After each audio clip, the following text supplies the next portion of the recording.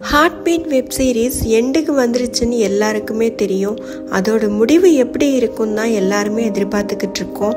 இன்னும் 4 எபிசோட் தாங்க இருக்கு. இதுல ரீனாவோட கண்டிஷன் பார்த்தோம்னா ரொம்பவே மோசமா காட்டியிருப்பாங்க. இந்த வாரம் பார்த்தோம்னா ரீனாவுக்கு எந்த நடிப்புமே கிடையாது. அவங்களுக்கு ஆக்சிடென்ட் ஆனதுனால, அவங்க பேஷண்டா இருக்கிறதுனால அவங்களுக்கு நடிக்க வேண்டியது இல்லை. அதனாலயோ என்னவோ மற்றவங்க அவங்க கூட இருந்த எல்லாருடைய நடிப்புமே ரொம்ப எக்ஸ்ட்ரீம் லெவல்ல இருந்ததுங்க. ரொம்பவே சூப்பர்பா இருந்தது. அதுலயும் ராக்கியோட நடிப்பு அட்டகாசமா இருந்ததுங்க. டாக்டர் ரதி ஒரு அம்மாவா தாம் பொண்ணுக்காக ரீனாவுக்கு எப்படியாவது சரியாயிராதா, ரீனா எழுந்து வந்துட மாட்டாளான்னு அவங்க பக்கத்துல இருந்து அழுவாங்க பாத்தீங்களா, அப்ப ரொம்பவே நல்லா நடிச்சிருப்பாங்க.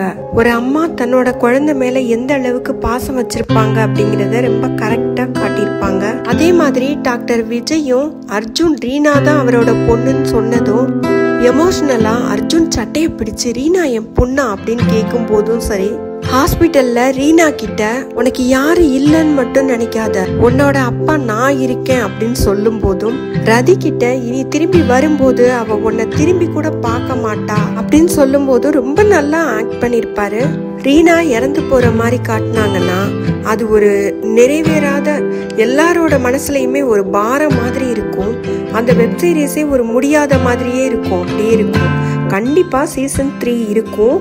அதுல ரீனா திரும்பி வர்றத காட்டுவாங்க. இந்த சீசன்ல ரீனா சரியாகி வர்றதுக்கு வாய்ப்புகள் ரொம்ப கம்மி தான். ஏன்னா அவங்களோட கண்டிஷனே ரொம்ப கிரிட்டிக்கலா இருக்குன்னு தான் காட்டியிருக்காங்க. கண்டிப்பா டாக்டர் விஜய் சர்ஜரி பண்ணி அவங்கள காப்பாத்துவாங்க. ஆனா அவங்க சீசன் 3ல தான் சரியாகி வருவாங்க. இந்த வெப் சீரிஸை பொறுத்த வரையிலும் இன்னும் நிறைய ஸ்டோரி இருக்கு. இதுல முடியாமலே அப்படி நிக்குது. அர்ஜுன் ரீனா கல்யாணம் இருக்கு. அதே மாதிரி நிலோஃபர் அவங்களோட லவ்வும் அப்படியே நிக்குதுங்க, பாதியிலே நிக்குது. அதே போல கமல் அமையா இவங்களோட லவ்வும் இன்னும் மேரேஜ் ஆகல. அவங்களுக்கும் முக்கியமா ரீனா அவங்க அப்பா கூட சேரணும். அதே மாதிரி அனிதா சீனியரையும் அப்படியே விட்டுட்டாங்க. அவங்க அம்மாவை பார்க்க போறதோட அப்படியே அவங்கள பாதியிலே விட்டுட்டாங்க. அதனால இன்னும் நிறையவே கதை இருக்குதுங்க. அதே மாதிரி தேஜு நவீன் 2 பேரும் ஒண்ணு சேருவாங்களா பிரிஞ்சிருவாங்களா அப்படின்னு சொல்லிட்டு பின்னாடி தான் காட்டுவாங்க. ரீனா இந்த சீசன்ல சொன்ன மாதிரியே தேஜு ஆர்கே ஹாஸ்பிட்டல் மாதிரி பெரிய ஹாஸ்பிட்டல்ல ஒரு பெரிய டாக்டரா இருப்பாங்க.